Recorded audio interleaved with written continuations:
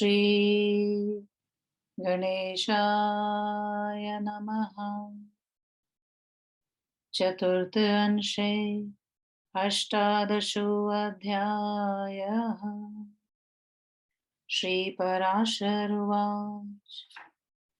यया ते चक्षतुर्थय पुत्रस्यानो सस्सः भानलचक्षुवः परमेषु संज्ञास्त्रय पुत्रा बभूवुस भानल पुत्रकालानलः कालानलात्सृजय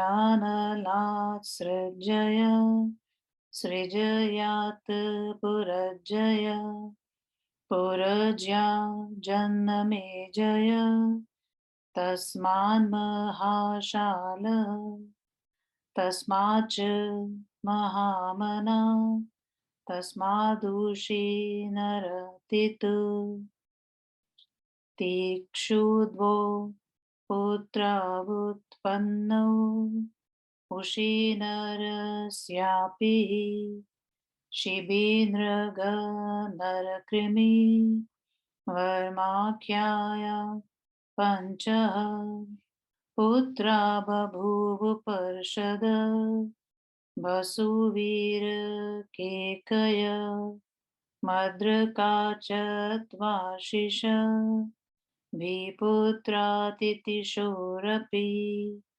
वृषद्रथ पुत्रो भूत तस्यापि हेमो हेमः स्यापि सूत पासूत पसचक्ष बलीयः यस्य क्षेत्रे दीर्घतं सांगवङ्गकलिङ्गः सुहापौण्ड्राखयं बाल्यं छत्रं जन्यतः तनाम सन्तति संज्ञाक्ष पच्चविष्या बभूवः अङ्गादन्पांस्ततो दिवि रथसत्स्मा धर्मरथा ततः श्रीरथोरोम पादसंज्ञायस्य दशरथो मित्रम जगेयस्याजपुत्रो दशरथशान्तां नाम कन्यामन्पत्यस्य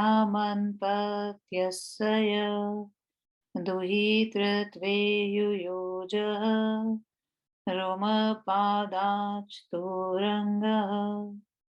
तस्मात् पृथुलाक्ष ततः शम्पो यक्षम्पामः निवेशयामाश्चम्पस्य हर्यङ्गो नामात्मजो भूतः हर्यगाङ्ग भद्रर्थो भद्रथाद् बृहद्रथः बृहद्रथाद् बृहत्कर्मा बृहत्कर्मणस्य बृहत् भानुस्तस्माच्च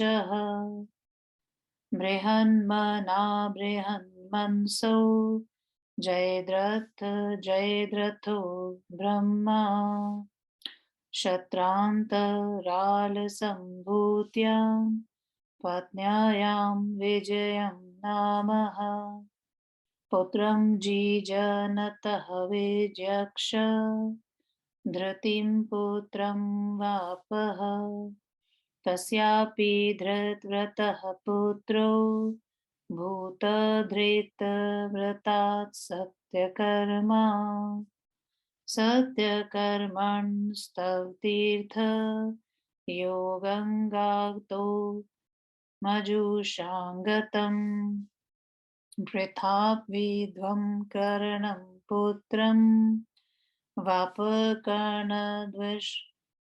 वृषसेनः इत्येतन्ता अङ्वंश्या अतश्च पूर्ववंशम् श्रोतुर्महसि। इति श्री विष्णु महापुराणे चतुर्थ अंशे अष्टादशो अध्यायः। 18वां अध्याय हिंदी अनुवाद। अनु के वंश का वर्णन। ययाति के चतुर्थ पुत्र अनु के समानल, चक्षु तथा परमेशु नामक 3 पुत्र हुए।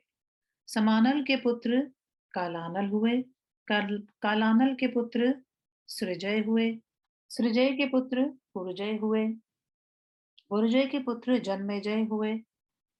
उनके पुत्र महामना हुए। महामना के 2 पुत्र उत्पन्न हुए, कुशीनर और तितिक्षु।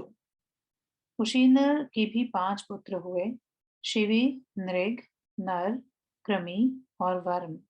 शिवी के 4 पुत्र थे, वृषदर्भ, सुवीर, केकय और मृदक। तितिक्षु के पुत्र का नाम रुषद्रद हुआ। रुद्राशय के पुत्र हेम हुए। हेम के सुतपा और सुतपा के पुत्र बलि हुए। बलि की पत्नी में दीर्घतमा नामक मुनि ने अंग, वंग, कलिंग, सुह तथा पौंड्रंक नामक वाले क्षत्रियों को उत्पन्न किया। इन बलि पुत्रों के नाम पर उनके देशों का नाम भी हुआ। इनमें से अंग के पुत्र अनपान हुए। उनके पुत्र दिविरथ तथा दिविरथ के पुत्र धर्मरथ हुए। धर्मरथ के पुत्र चित्ररथ हुए। उनका दूसरा नाम रोमपाद था। रोमपाद के मित्र दशरथ जी थे।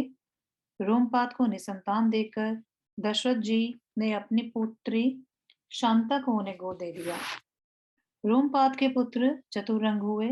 उनके पुत्र पृथुलाक्ष हुए। उनके पुत्र चंप हुए। उन्होंने चंपा नगरी को बसाया। चंप के पुत्र का नाम हर्यंग हुआ।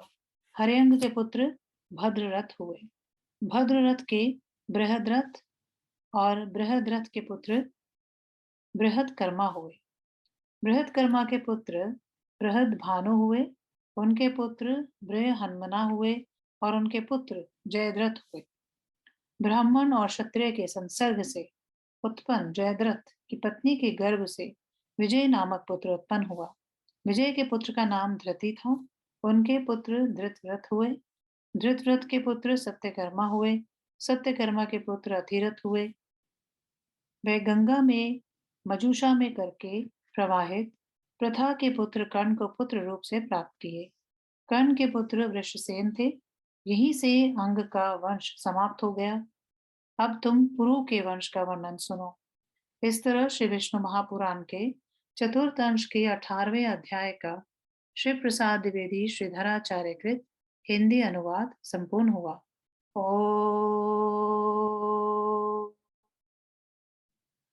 नमो भगवते वासुदेवाय।